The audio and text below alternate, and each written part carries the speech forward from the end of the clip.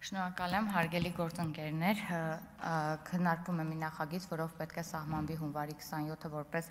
հայրենիքի պաշտպանության համար զոհվածների հիշատակի օր եւ ինչպես հիմնական զեկուցողն էլ նշեց,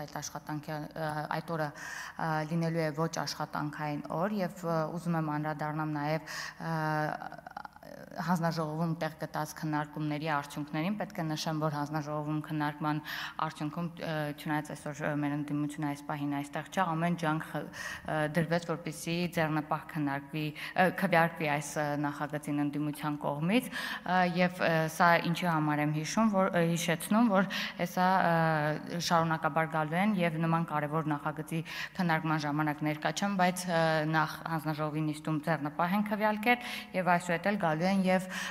սկսեն այսպես պաթետիկ ելույթներ ունենալ։ Ես պետք է նշեմ, որ նախագիծը մեծ կարևորություն եւ նշանակություն ունի մեզ բոլորի համար եւ այս պահին էլ իմ գործընկերներին կոչ եմ անում կողմ քվեարկել նախագծին։